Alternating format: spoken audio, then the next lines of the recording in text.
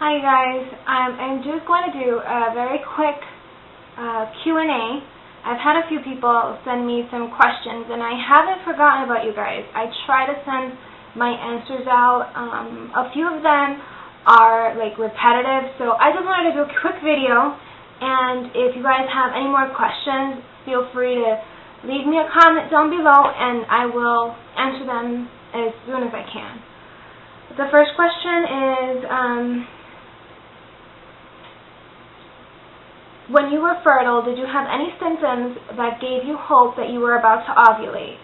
I wanted to know if there were any signs that I could look out for. I ovulated on between Sunday and Monday, sometime between that time frame, the 25th and 26th. And on a few days before I even ovulate, I get a lot of egg white CM, and I wanted to say that probably started around Wednesday. So just think, if I ovulated between Sunday and Monday, I already started getting egg white cervical mucus on Wednesday. On Friday, that weekend before I ovulated, I started getting cramping. So I cramp before I ovulate. Some people cramp during ovulation and some people cramp after ovulation. The thing that aside from the OPK that, definitely told me I ovulated, between that Sunday and Monday, I started having ovulation spotting. Not many people have that at all, but when you do, it's supposed to be a very good fertile sign, so according to what I've read. So yeah, those are my three things: the egg white cervical mucus, the cramping that I get, right before I ovulate, and the ovulation spotting that lets me know when I'm ovulating. So those are some things that you can look out for. Again, these are all symptoms that you might get and some symptoms you might not get at all, So everyone is just different. But that was my own personal experience with that. How often did we baby dance that month, or the month that we conceived? Let me pull up the calendar. I use this website, Your Days. I know a lot of you guys use Fertility Friends, and I tried using it for a little while, but honestly, it was so freaking, I don't know, it was too overwhelming for me, and I just wanted something simple that I can just track whatever happened that month, and that can give me an estimate as to when I was going to ovulate. So you guys can see, wherever the stars are, I put notes.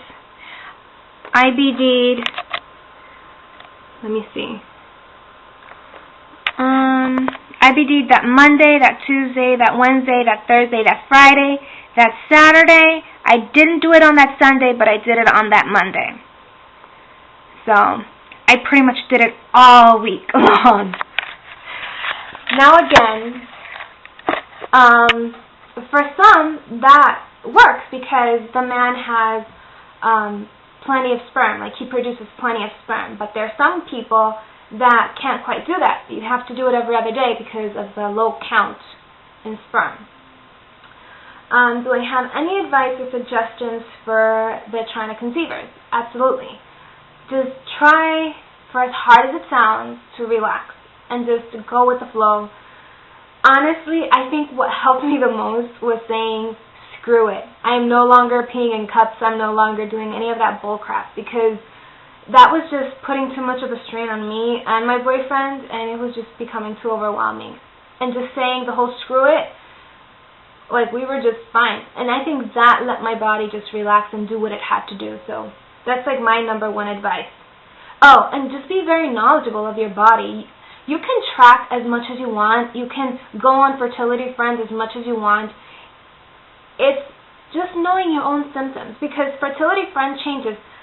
I've noticed by other people, it changes your ovulation day 1,000,001 times. Some people, their lines, their threads completely disappear at times, and it leaves them absolutely confused. If you learn your own body and you know how to track your own things, and you use